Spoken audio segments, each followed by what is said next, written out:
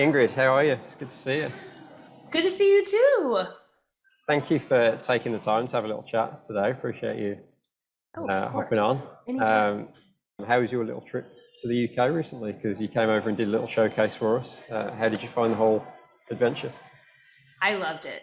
I mean, I always try to find any excuse to go over there, and that's honestly the longest it's been since I have been over there. So I was like, all right, even though we can't do a full tour right now, like I got to go and share what's about to happen with everybody and see people and say hi. Like it's been far too long. It was overdue. Yeah. How frustrating has this been for you not to be able to come and tour for us? Because there's so much excitement from the UK fans about you coming over and doing that tour, and it obviously got knocked back because of COVID. But how desperate have you been to come over here and sort of delve into the UK fan base a little bit? So I mean, my poor manager, it's like all I basically talked about. I was like, I miss tea time. I miss my fans. I was like, I miss just being in a different culture. I'm like, I need to be inspired. And honestly, I just appreciate, you know, the London fans because everyone really just cares and wants to listen to the lyrics. And I just appreciate that so much as a songwriter. And you've been out on the tour with Keith Urban as well in the States. So tell us a little bit about that and what it's been like, first of all, to watch your shows every night, which must be super freaking cool, but also to engage with this fan base and see how they relate to your music. How's that been?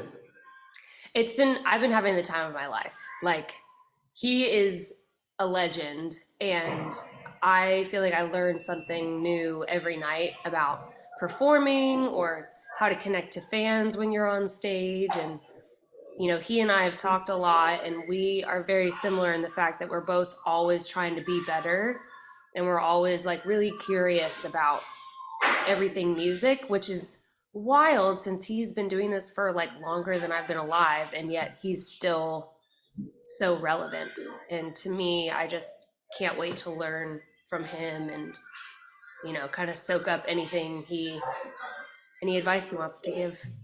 Absolutely. And you've got this new album coming out, Good Person, 26th of August. Tell us a little bit about the transition from the first album to this, because as fantastic as the first album was, this feels like a much more mature you from a songwriting standpoint. So tell us a little bit about that and what you wanted to achieve with this record.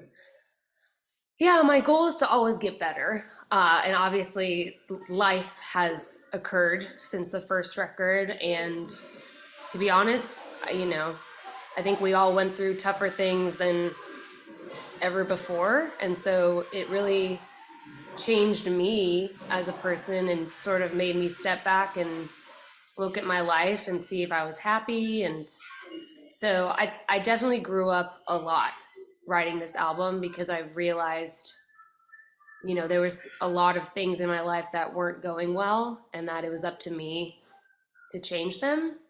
So I think once I wrapped my mind around that, like this album really came together, and I worked with new people that weren't on the first album but also worked with the same co-producer. So it's like there's a lot of new to this next chapter, but it's still very much me at my core, just living my life and wanting to write about it.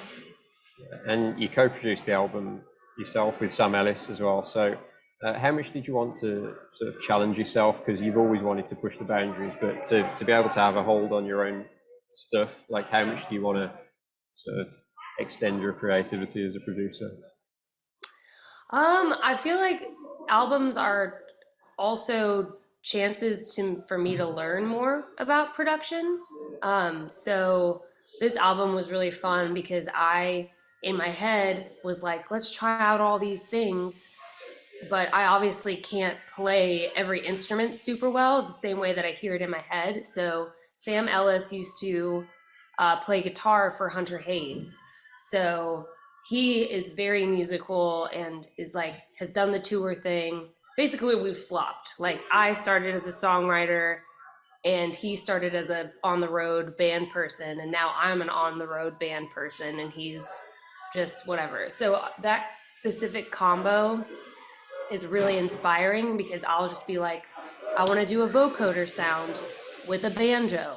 how does that sound? And he's like, let's try it. So it's actually a really fun process to like write the song and then get to step back and be like, okay, how do we want to wrap this in a bow? Yeah, so I was looking at some of the songwriters on there as well. You've got the likes of Laura Veltz, Shane McAnally, obviously Derek Sutherland, who you've had lots of success with in the past. How much, I know you've done a ton of songwriting yourself, but how much do you still thrive off of these people's creativity? Because I would imagine going into a room with someone like a Laura or a Shane, that must be the most inspiring experience as a songwriter.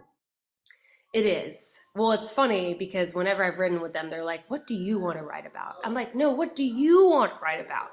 So it's always just like this, us feeding off of something where I'm like, okay, fine, here's a title I have. And they're like, ooh, what if we take it this way? And I'm like, oh, what if we take it that way? So it's like mental gymnastics whenever I write with any of them, because we all just love words so much. Like, they're the most fun writes. Yeah. And you released Pain not too long ago with a music video as well.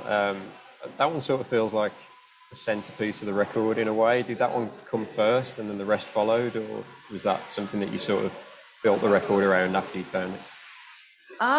It actually was halfway through, which is why it's in the middle of the record, because it was sort of that turning point for me in my life of, okay, we're at the end now of all this stuff I just had to work through, and I'm about to enter into a happier chapter. So that was sort of the last song that I wrote about my previous relationship. And after that song, I only wrote about happy things because I was actually happy. So it was a huge turning point because, yeah, after I wrote that, I was like, I don't need to write anymore. Like, that part of the album is done. Yeah, and I want to talk to you about the music video as well, because like every one of your music videos is like such an artistic sort of masterpiece. It feels like you've really got a big say in what goes on in your music videos. Do you love to sort of throw yourself into that creative process? Yes, that's been new for me. Because when I started on the first album, I didn't really do a ton of music videos, and I wasn't entirely sure like how to do them. So for this album, it was really fun because, you know, I want everything to be intentional. I never just want to like throw something out there. So it was really fun putting together the creative for this album because it is still very nature based, but it's just a different type. And it's more of the contrast of darkness and light, and water being the ultimate neutralizer. So.